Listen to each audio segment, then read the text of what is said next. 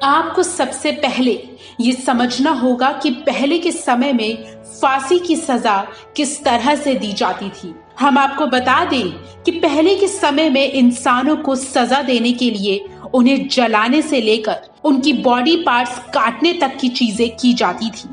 लेकिन समय जैसे जैसे आगे बढ़ता गया, इंसानों को सजा देने में थोड़ी बहुत दया आनी शुरू हो गई, जिसके बाद धीरे धीरे इंसान का गला दबाकर मौत देने से लेकर ऊंचाई से नीचे गिराने तक के तरीके आजमाए गए। इस तरह के मेथड्स को स्टैंडर्ड ड्रॉप कहा जाता है और इसी तरह के कई सारे तरीके आजमाने के बाद 1872 में मौत की सजा देने के लिए एक नया तरीका इन्वेंट किया गया, जहां पर दोषी को रस्सी से लटकाकर एक दरवाजे के ऊपर खड़ा कर दिया जाता है। नीचे मौजूद जब दरवाजा खुलता है तो वो शख्स सीधा लटक जाता है और गला दबने के कारण उसकी मौत हो जाती है। ये तरीका आज तक आजमाया जाता है, जहां हमारे भारत में भी अगर किसी को कानूनी तौर पर सजाए मौत देनी होती है तो इसी तरीके का इस्तेमाल किया जाता है। 15 नवंबर 1984 को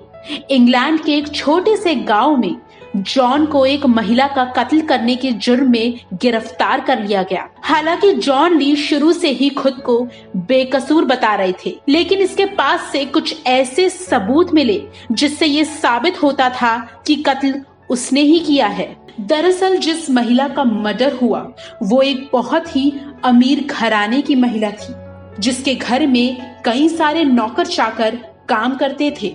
जॉन भी उनमें से एक था। हालांकि बाद में जॉन ने वो नौकरी छोड़ दी और नेवी ज्वाइन कर ली, लेकिन चोरी के इल्जाम में वो अरेस्ट हो गया, जिसके बाद उसे वहां से भी निकाल दिया गया।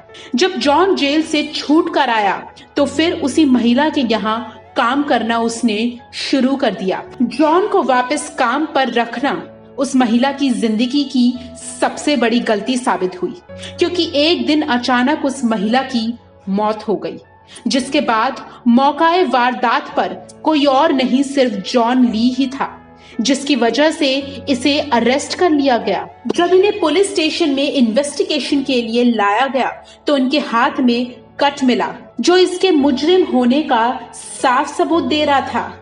एक तरफ पुलिस को इन्हें छोड़ बाकी के खिलाफ कोई सबूत नहीं मिला था, वहीं दूसरी तरफ जॉन बार बार अपनी बेगुनाही की बातें कर रहा था। लेकिन अब जाहिर सी बात थी कि इसके अलावा मौकाए वारदात पर कोई और न था और इसके हाथों पर भी कट का निशान ये इशारा करता था कि दाल में कुछ तो काला जरूर है। ब्रिटिश पुलिस ने अपना ज्यादा दिमाग और समय ना लगाते हुए जॉन को ही गुनहगार मान लिया, जहां पर कोर्ट ने भी जॉन को मुजरिम करार दिया और उसे सजाए मौत सुना दी गई। इतना कुछ होने के बाद भी जॉन बार बार कहता रहा कि मैंने कुछ गलत नहीं किया और अगर इस दुनिया में कहीं भी भगवान है तो मुझे बचाने जरूर आएंगे, क्योंकि मुझे भगवान पर है पूरा भरोसा। 23 फरवरी 1985 यही वो दिन था जब जॉन को फांसी की सजा दी जानी थी।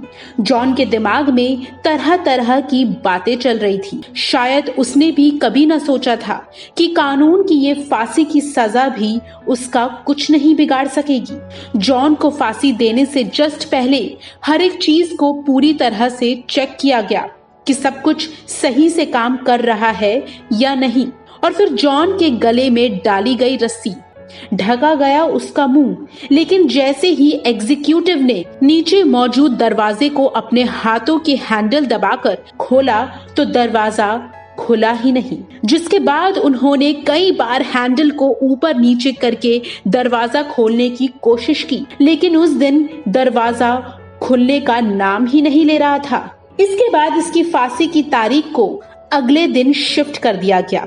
जब दूसरे दिन फिर से जॉन को सजा देने के लिए लटकाया गया तो उस दिन भी दरवाजा नहीं खुला और लगातार ऐसा 3 बार होने के बाद ये मामला कोर्ट में गया, जहां हर एक चीज की तहकीकात की गई कि आखिरकार ऐसा हो क्यों रहा है, क्योंकि एक शख्स का 3 बार फांसी की सजा से बच निकलना आज तक के इतिहास में कभी नहीं हुआ और इसी वजह से ये केस हाई कोर्ट अथॉरिटी तक गया, जहां इस चीज की इन्वेस्टिगेशन शुरू हुई कि आखिरकार फांसी की सजा 3 बार कैसे रुक गई।